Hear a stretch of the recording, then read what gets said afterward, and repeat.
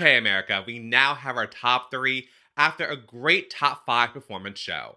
I'm Keith Bryant, and I keep up American Idol because I want to. So let's dive in because this show was a lot and so much great performances to talk about. And before we recap the episode, we have to say that Brayden and Chris both went home, and that Keela, Jordan, and Hannah all advanced to the finale next week, that top three finale.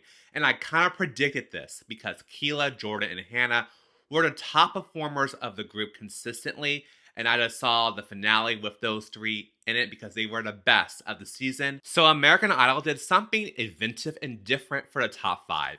So the top five sang with Dancing with the Stars professionals, and they also sung a duet with some of the fan favorites of season 5 of American Idol. And let me tell you, a blast from the past because 20 years ago, that season 5 of American Idol was lit. It was fire. It was must-see television. Even though I think someone else should have won that season, not gonna say who, that season was very competitive. And so they got to sing, so the top 5 today got to sing with some of the fan favorites from season 5, including Taylor Hicks, Paris Bennett, Kelly Pickler, Bucky Covington, and Elliot Yami. And I also cannot forget that Randy Jackson and Paula Abdul returned to American Idol for this top 5 show. So Randy was counseling the contestants while Paula got to be a guest judge on the panel. Okay, let's talk about Keela, because she made it to the top 3. In the finale, I think she's going to be the top 2 with her and Hannah. So Keela sang Living for the City by Stevie Wonder and River Deep, Mountain High by Ike Tina Turner. And both performances was great. I mean, she was up-tempo, so actually no ballads this week from her. And she killed it. She had that confidence on stage and she was fierce. I'm giving A- to the first performance for Run River Deep, Mountain High, and an A for Living for the City with that duet with Taylor Hicks. They just fed off each other, brought entertainment. It was a blast. I enjoyed it. Congratulations, Keela. I love you, my old boy. River deep, mountain high. Let's talk about Hannah because she has been running away with this thing since her audition. And I must say, Hannah, you took some risks. So I appreciate the effort for taking those risks. And you sung Fever by Peggy Lee and Broken Wing by Martina McBride. So for the Fever performance, at first I was not sure about the song choice. Even like when he told Randy you were singing it, I was like, why are you singing this? You should have sung something else. But I thought this performance, I thought you executed it excellent. I thought it had a different color and tone to your voice, and you were really trying to perform and sell the song, so I appreciate that. So I'm giving you an A-. Now, as for Broken Wing, I thought you had a good moment with Kelly Pickler. You were guys just sisters in country supporting each other, and I like that that song stretched your voice, Hannah. You gotta take more risk to stretch your voice because you do have that range in you. You just gotta believe in yourself for that. But overall, it was an A- performance, and I think, Hannah, you may take it next week. You may take it next week, unless Keela or Jordan out-sing you to the wall, but I think you're gonna beat American Idol next week. So congratulations for making it to the top 3, and good luck. Wanna see her fly.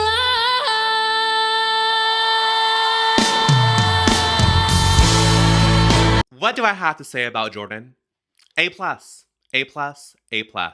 Tens across the board because wow, wow, wow. Okay, so he sang Footprints in the Sand by Leona Lewis, and for his duet with Elliot Yamin, he sang A Song for You. And if you know, 20 years ago, Elliot had a moment with A Song for You, and it did the same thing for Jordan. I must say, him and Elliot in singing was just divine. Great reality TV, singing competition television, just perfection. He was singing to the wall, and I can just tell that Jordan wants it. I mean, he has been singing at an A+ level, at an A-list level since, oh my gosh, I want to say since top 10, delivering those vocals, those notes, and showing his power. And he's not even overdoing it. He's just showing off his God-given talent. So congratulations, Jordan, for making the top 3. I mean, you could pull it out. Good luck to you next week. love is in their hiding.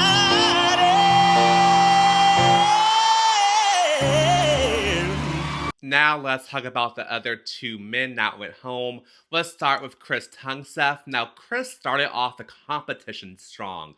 He had a very strong voice, but I think what Chris struggled is he didn't know what his musical identity was. Was it country? Was it rock?